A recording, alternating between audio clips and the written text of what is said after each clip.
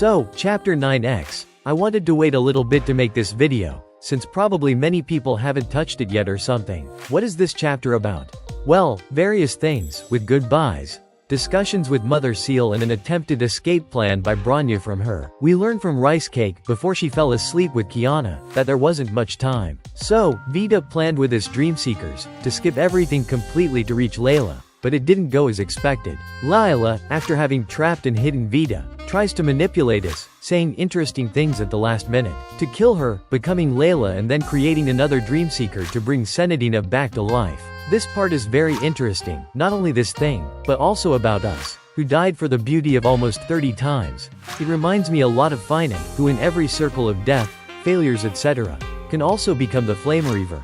But let's finish this brief summary. She strongly opposed the brainwashing and commands of Lila, and absorbed a part of the power of the goddess herself, becoming a sort of semi-goddess?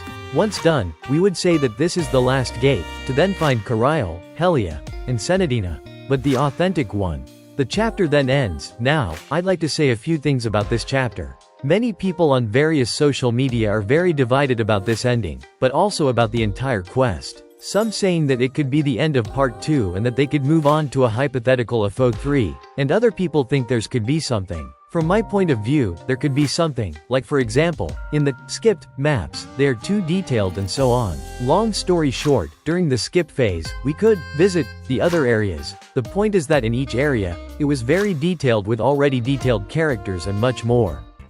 Let's take an example, Sea of Rock Blossoms, Jianyu. In this area, they tells us that we had never seen anything like it. Huge rock walls, clear streams flowed from the cracks of those rocky cliffs towards the sea and that there are various trading areas. We noticed a girl wearing a beret sitting in the front of the cargo area who was apparently delightedly devouring what looked like a block of salt. We then noticed some girls, shyly hiding behind the rock face. After watching her leave, the fact was, they were all identical.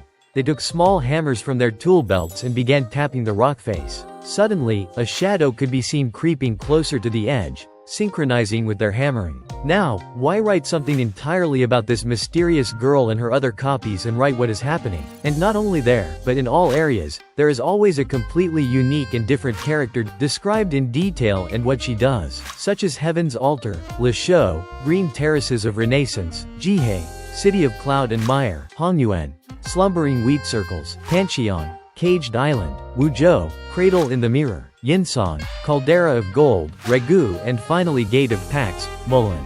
It's honestly all strange. It's a bit like they're giving us scattered clues for something. In addition to this mystery and the discussions divided because of this X chapter, I would like to say that this chapter was almost interesting, like for example the part of Kariel, which is confirmed by her. Humans can exploit the version of permanence only for a fraction of minutes, for now. Regarding other things for this chapter, well not much, just to remember that it is an X chapter, so it means that in chapter 10, much more can happen than what we saw and heard in this chapter. Moreover part 2, I don't think it will end so soon.